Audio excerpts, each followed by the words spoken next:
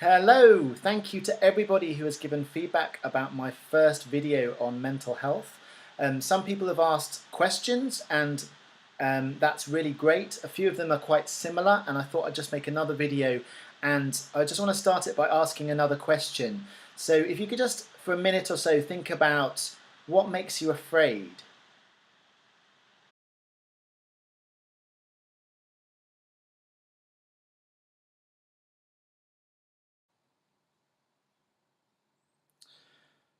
Okay, so I'm sure you might have had many horrible thoughts and images of what makes you afraid.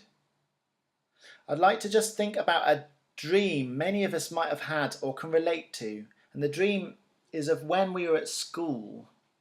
And we get to school and we think everyone is looking at us.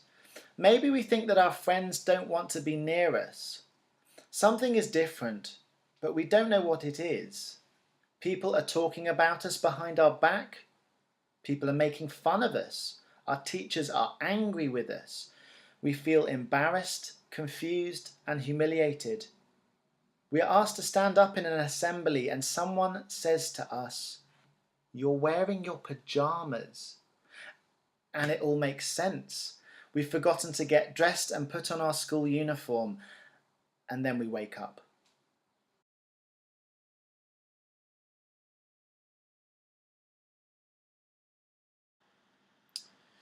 What is paranoia?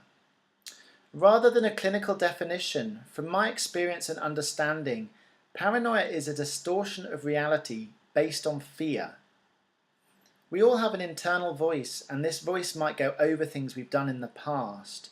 Maybe if we've done something wrong or something didn't go to plan, or perhaps if someone has done something bad to us, this voice might be very negative. It might be this voice is a similar voice to one we've heard in our childhood, like an unsupportive teacher, a critical parent, or an abusive partner. This internal voice might become so strong that it goes round and round and round and we can't get away from it.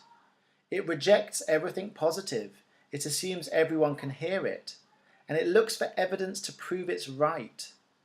It might even get to the point that this voice perhaps comes out of the body as a coping strategy for the person suffering.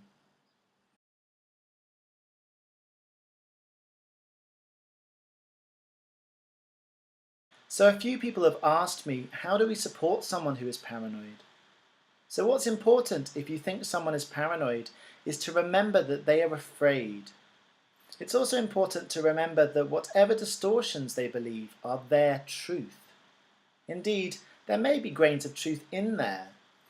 If you tell someone that what they believe isn't true, you may well get a hostile response, as you could probably understand, and you probably wouldn't be thanked either. You might get cut off and increase their sense of isolation and fear. What I feel people need when they are paranoid is someone who can be with them, to help them feel calm and not alone. It's very difficult, and it might not be something you can do if someone is very unwell. If you are able to, reinforce healthy thoughts and things they still believe and trust which you see and share too. Try not to fuel fear or anger by blaming others, and try not to judge or abandon them if you possibly can. At some point, when the time is right, you might be able to tell them they were wearing their pajamas, for example. But better still, they may realize it themselves and be able to understand a bit clearer. When supporting someone, try to be reliable and set good boundaries yourself. Don't make elaborate promises of support or friendship which you later have to change, but be as stable as you can with what you can give so they can build trust in you.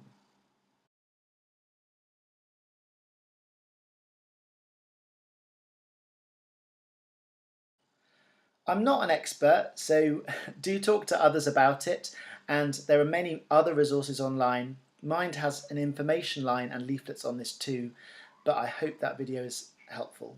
Thank you.